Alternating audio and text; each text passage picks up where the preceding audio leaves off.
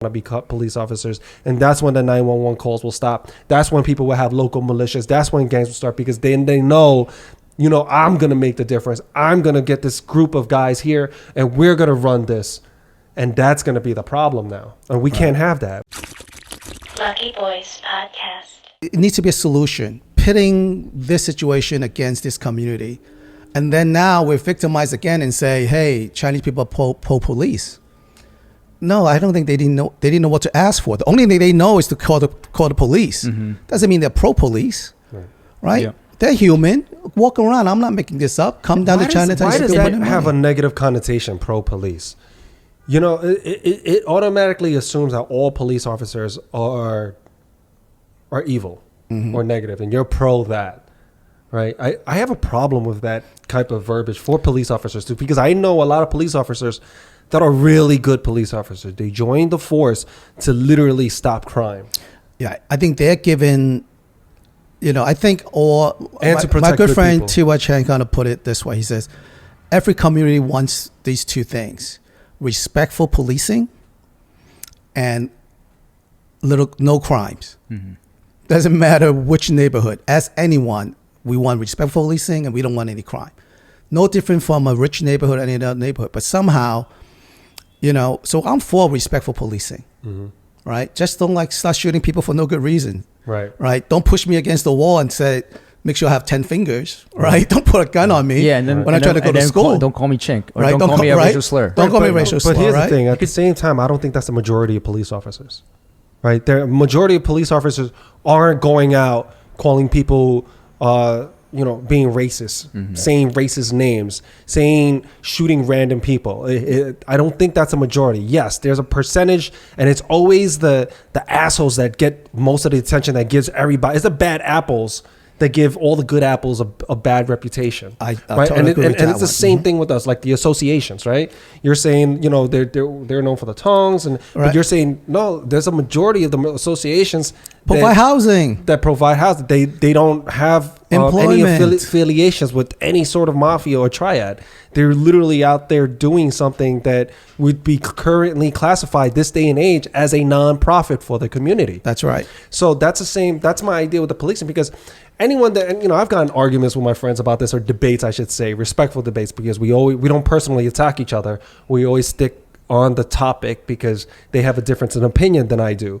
And I don't think all police officers are bad. I do believe that there's a lot that needs to be changed, but they're limited by what they can actually achieve, right? Because at the end of the day, they need to follow their job function that their supervisor lays out for them, right? So that said, there's a lot of them that are good police officers. And yes, there also is quite a few that when we hear about these shootings, or when we hear about these racist words being, or they go in to report a rape or hate crime. Yeah, that actually take it seriously. Where they get shamed instead. Right, and tell them go home. Yeah, we'll go home. What were you wearing? Also, you totally deserve to. I was like, excuse me, no.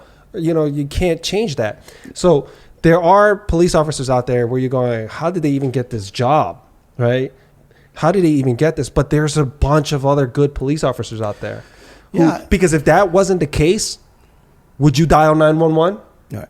Well, would you roll the dice and dial 911?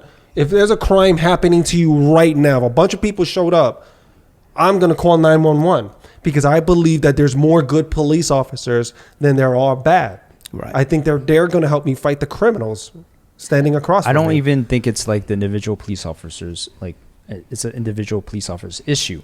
It's more a systemic issue where, this police force is hiring these inept police officers, and they're causing these issues. And to me, it's like the only way you can get change is highlighting and putting those bad things under a microscope for change to happen. There's a police officer named Sonny and Louie. They used to be partners. They walked the streets, right? Sonny and Louie.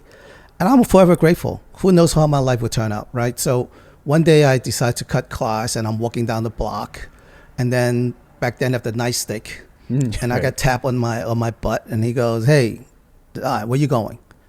And I'm like, you're not supposed to be here, right? And I said, yeah. He goes, go back to school, or I'm going to tell your grandfather. Now, I knew he would tell my grandfather. He knew what the buttons to push. He knew, right? But the thing is, he wasn't making it up. Oh, right. Okay. He can go up to the family associate and tell my grandfather and say, "Hey, I saw Don walking in the street." So then, when I saw him on Sunday, he went up there and he goes, "Oh, Don, give me some tea," right?